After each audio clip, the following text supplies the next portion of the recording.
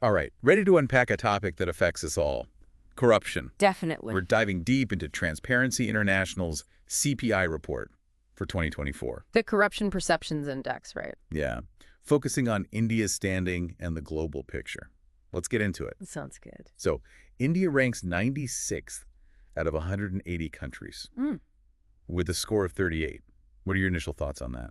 Well, it's a starting point. The CPI uses a scale of 0 to 100. Oh, right. Higher scores mean less corruption. Exactly. Less perceived corruption. The CPI uses data, but also expert assessments and business surveys. So it's not just hard numbers. Right. It captures perceptions, which can be influenced by a lot of things. And India's score is actually going down the past few years.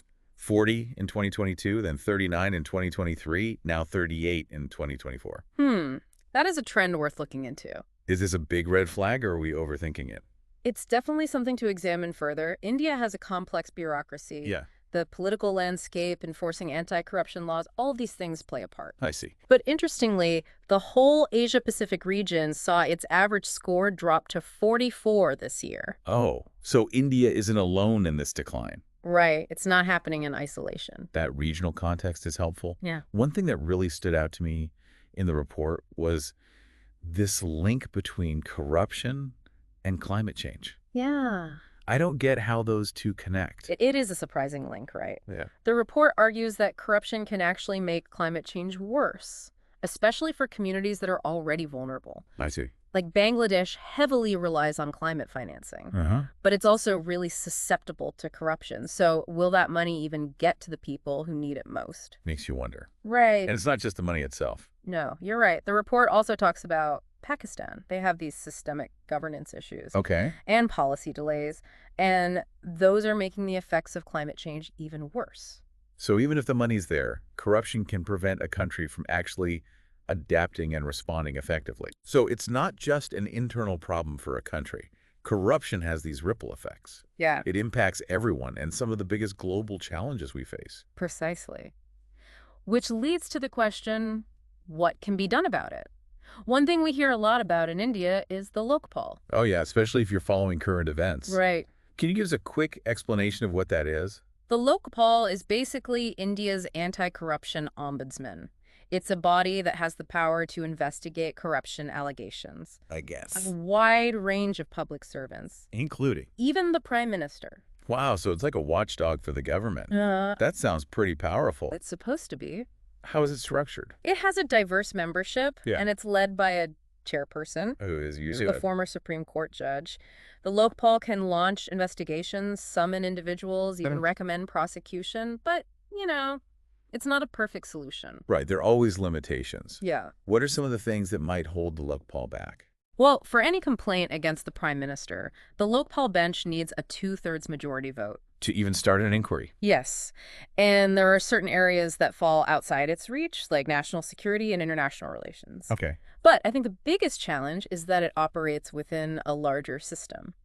I'm seeing how it all connects. Yeah. So even with a powerful body like the Lokpal, its success depends on things like political will, public awareness, Yeah, and a broader culture of accountability. absolutely. And that's what makes the Lokpal so interesting to look at. Is it really a powerful tool for change, or is it more symbolic? It's a question that definitely sparks debate. It does. And for anyone listening who's deeply interested in this, maybe thinking about a career in public service or even getting ready for the UPSC exams, it's a question worth considering. For sure. You know, the Lokpal, it feels kind of new, Yeah, but I bet it has a long history. you're right. It actually goes back to the 1960s. Wow, really? Yeah, it was first talked about in Parliament in 1963, but it took decades of debate and advocacy to make it real. So it's been in the works for a while. Oh, yeah. What were some of the big obstacles? Well, there was pushback from different groups. Some argued that it would concentrate too much power.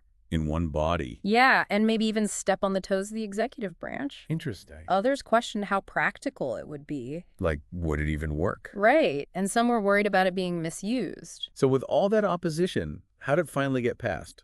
Public pressure was huge. In the early 2010s, there were these big corruption scandals in India, Yeah. and people really wanted stronger measures to address the problem. They wanted action. Yeah, there was a real sense of urgency. Classic case of people power. It is, and civil society organizations played a big part in mobilizing that support and pushing for the Lokpal. How so? They organized protests, filed petitions, kept the issue in the spotlight. So it wasn't just the government deciding to do this. No, it really came from the ground up. That's pretty amazing. It shows that change can happen when citizens get involved in these tough issues and demand better from their leaders. Inspiring stuff. So after all that debate, the Lokpal and Lokayuktis Act was finally passed in 2013. Yes. What were the key points of that legislation? It set up the framework for both the national Lokpal and the state-level Lokayuktas. Oh, so both. Yeah, it laid out how they would be structured, what powers they'd have, and the steps for investigating and handling corruption allegations. Thorough. It even had provisions for protecting whistleblowers. Smart. Yeah. I remember it took a few years to appoint the first Lokpal. It did. Why the delay? There were a few reasons. Legal challenges, debates on the selection process, even political maneuvering. Politics. It wasn't until 2019 that the first Lokpal, Justice Pinaki Chandra Ghose, was finally appointed. So even after the law was passed, there were still roadblocks. Definitely.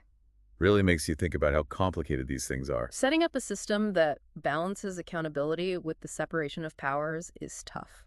And it takes time to build trust and show results. Since the Lokpal's been in place, has it actually had a noticeable impact on curbing corruption in India?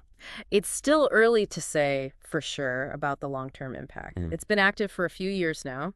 Okay. And there have been some important cases where it's taken action. That's good. But it's a process. Yeah, I imagine it's tough to measure the impact of something like this. It is. Corruption is so ingrained in systems and cultures. Exactly. It's not just about catching a few bad apples. It's Wow. about changing how people behave, making institutions stronger, creating a culture of transparency and accountability. And it's important to remember, the Lokpal isn't a magic solution.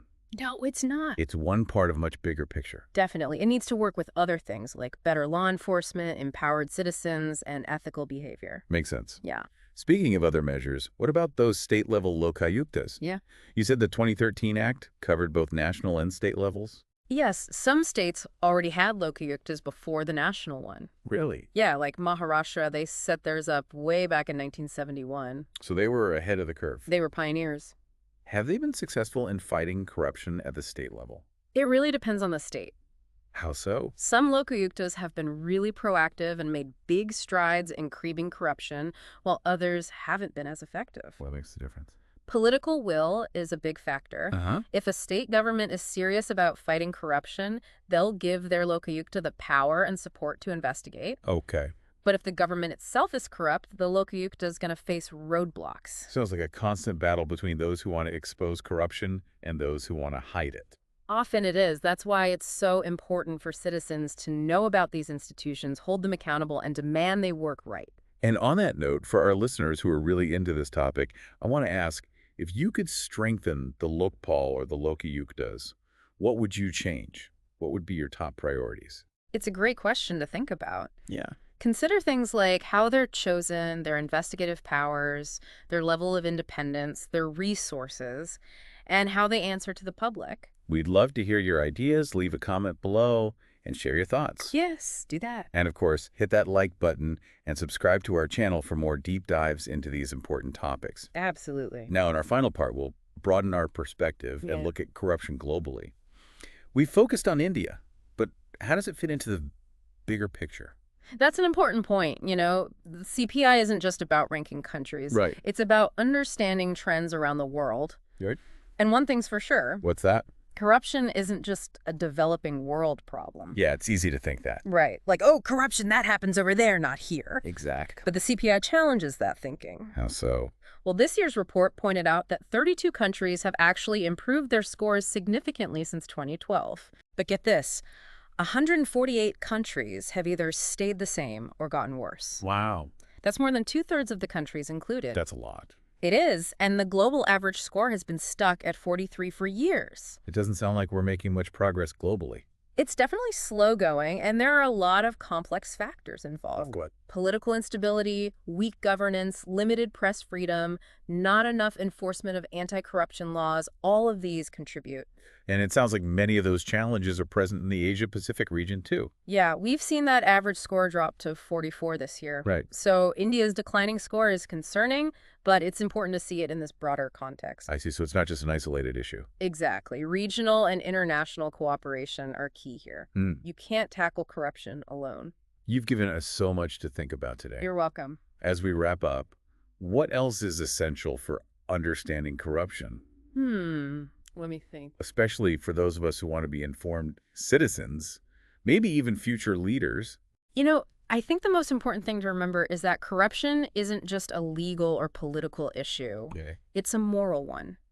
What do you mean? It breaks down trust, it undermines fairness, and it really hurts those who are already struggling the most. That's a powerful point. It is. It's not just about the systems and institutions. It's about our values. Yeah, our principles. We can't just sit around and wait for someone else to fix it. But what can we do? We all have a part to play in fighting corruption, whether it's demanding accountability from our leaders, refusing to participate in corrupt practices, or even just speaking out against what's wrong.